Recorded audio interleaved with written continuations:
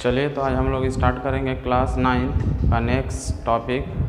जैसा कि आप जानते हैं कि क्लास 9th है, फिज़िक्स का जो है टॉपिक्स चल रहा था और काफ़ी टॉपिक हम लोगों ने डिस्कस किया। चैप्टर 3rd चल रहा है, जिसमें चैप्टर 3rd में हम लोग ने कुछ चैप्टर्स स्टडी भी कर लिए थे और टुडे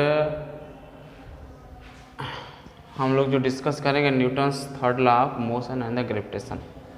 आज जो है हम लोग न्यूटन्स के 3rd लॉ के बारे में तो पहले भी डिस्कस कर दिया गया है, बट उससे रिलेटेड जो है कंसेप्ट हम ग्रेविटेशंस में देखेंगे कि न्यूटन्स 3rd लॉ का कैसे जो है यूज़ जो है कहाँ पर ग्रेविटेशंस में किया जाता है।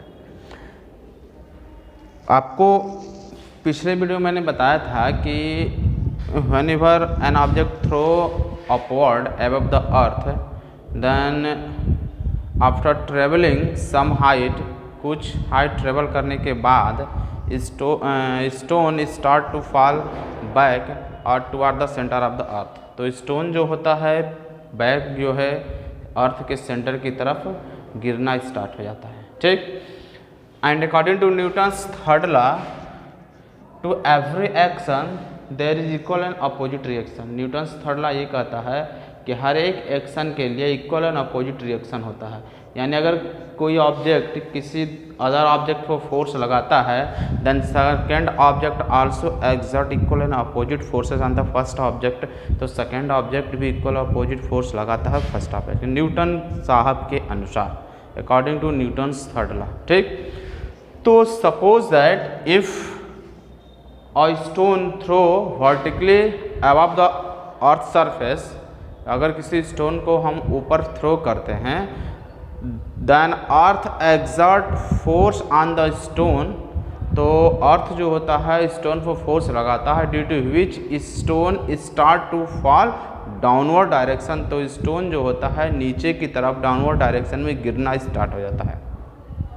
And according to Newton's 3rd law, if earth exert the force on the stone, then stone also exert force, equal force but opposite direction on the earth। यदि अर्थ जो है स्टोन पर फोर्स लगा रहा है तो न्यूटन्स 3rd लॉ के अनुसार स्टोन भी क्या करेगा, अर्थ पर फोर्स लगाएगा, उतना ही फोर्स लगाएगा जितना कि अर्थ उसके ऊपर लगा रहा है, ठीक।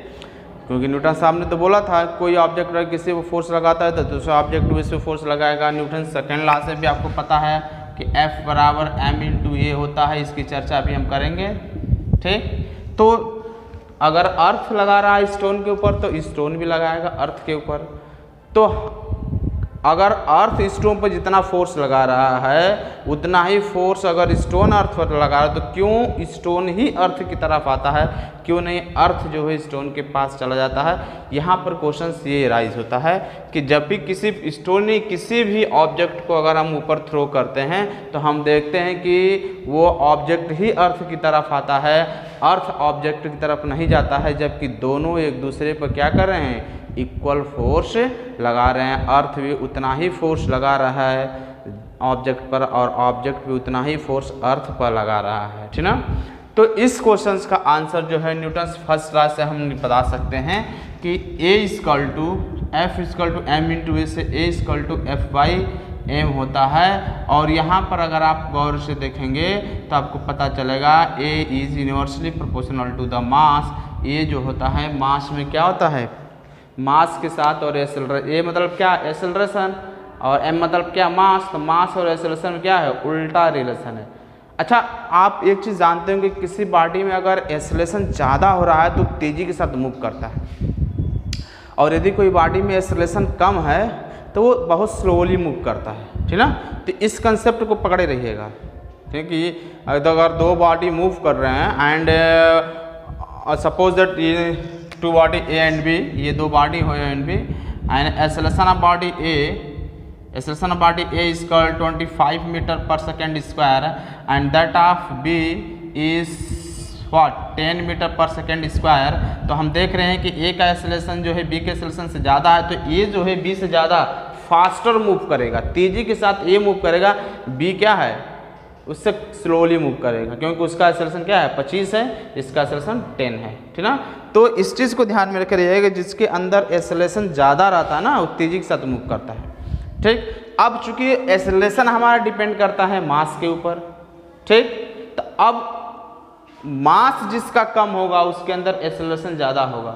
उल्टा रिलेशन है ना भाई, देखिए एक के साथ इन्वर्सली रिलेशन एक बढ़ेगा तो इनवर्सली और डायरेक्टली में मैंने आपको बताया था कि इनवर्स वेरिएशन और डायरेक्ट वेरिएशन क्या होता है। जैसे सपोज दैट कि एक पर्सन है, ये नाम का कोई व्यक्ति है, वो जो है 5 km का डिस्टेंस, 5 km का डिस्टेंस जो है 60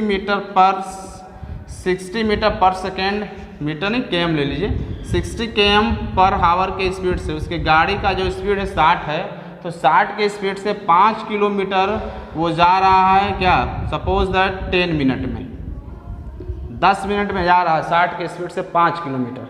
10 मिनट तो वो ज़्यादा होगा, चले मैं 5 मिनट ले लिया, 5 मिनट में जा रहा है।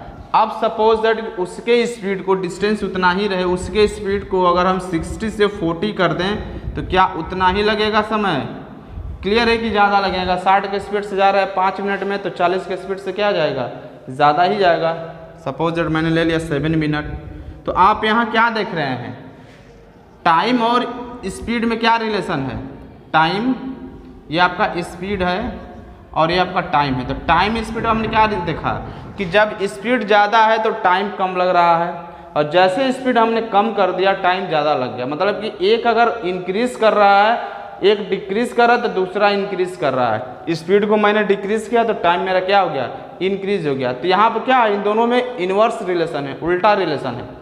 आपको मैथ में पढ़ाया गया होगा इनवर्स वेरिएशन, यानी एक अगर इंक्रीज करेगा तो उसी रेस्पेक्ट में दूसरा क्या करेगा, हमारा डिक्रीज करेगा। तो यहाँ पर एक्सेलरेशन और मास में भी क्या है, इनवर्सली रिलेशन है। तो अगर मास को बढ़ा देंगे तो एक्सेलरेशन क्या होगा, कम हो जाएगा। और इफ यू इंक्रीज या if you double the mass of the body then acceleration will be half. Acceleration क्या होगा, यदि हम मास को डबल करेंगे तो एक्सेलरेशन हाफ हो जाएगा। और if you half the mass of the body, किसी बॉडी के मास को हम हाफ कर देंगे तो एक्सेलरेशन 2 टाइम हो जाएगा। सेम कंसेप्ट हमारा लगता है इस केस में कि अगर हम कंपैरिजन करते हैं अर्थ, मास ऑफ द अर्थ और स्टोन, जिसके सामने मास का, अर्थ का मास तो बहुत बड़ा है ना भाई, उसके सामने स्टोन क्या है, नेग्लिजिबल है, नहीं के बराबर है। तो मास क्या, दोनों फोर्स लगा रहे हैं सेम, अर्थ भी उतना ही फोर्स लगा रहा है। सपोज दैट 10 न्यूटन का फोर्स, हालांकि 10 नहीं लगता है, ज़्यादा ही लगता है, बट सपोज दैट 10 न्यूटन का फोर्स लगा रहा है अर्थ स्टोन पर, और स्टोन भी लगा रहा है अर्थ पर 10 न्यूटन का। लेकिन स्टोन ही अर्थ के पास आता है, अर्थ स्टोन के पास नहीं जाता है। ऐसा इसलिए क्योंकि मास किसका कम है, स्टोन का। तो जब मास कम होगा तो एक्सेलरेशन क्या होगा, ज़्यादा होगा। और मैंने अभी आपको बताया कि एक्सेलरेशन ज़्यादा होगा तो उसमें क्या होगा, मूवमेंट फास्ट होगा। और अर्थ का मास क्या है, ज़्यादा है, तो मास ज़्यादा है तो एक्सेलरेशन क्या होगा, उल्टा रिलेशन है, तो कम होगा। और एक्सेलरेशन कम होगा तो यहाँ से क्या होगा, स्पीड इसके अंदर कम प्रोड्यूस होगा। तो कम प्रोड्यूस होगा तो इसलिए हमें पता ही नहीं चलता है कि अर्थ मूव कर रहा है कि नहीं। मूव भी करता है बट इतना स्लोली करता है, नेग्लिजिबल करता है कि हमें उसका एहसास नहीं होता है, क्लियर नहीं हो पाता है कि अर्थ जो है स्टोन की तरफ जा रहा है। हमें बस ऐसा फील होता है कि स्टोन ही जो है अर्थ की तरफ आ रहा है। और हमें दिखता भी है क्योंकि इसका स्पीड क्या है, इसका मास क्या है, कम है, मास कम है, इसलिए उसमें ज़्यादा एक्सेलरेशन प्रोड्यूस होगा तो तेज़ी के साथ मूव करेगा। इसमें मास क्या है, ज़्यादा है, तो इसमें एक्सेलरेशन कम प्रोड्यूस होगा, तो हमें ऊपर उठता हुआ दिखाई नहीं देता, फील ही नहीं होता ऐसा, ठीक ना। तो ये रहा हमारा Newton's third law of motion and gravitation, ठीक ना। इसका नेक्स्ट टॉपिक जो है हम नेक्स्ट वीडियो में डिस्कस करेंगे। नेक्स्ट वीडियो में पढ़ेंगे फ्री फॉल होता है। तो इस टॉपिक बस इतना ही, फिर हम मिलता है नेक्स्ट वीडियो में। Thank you for watching video.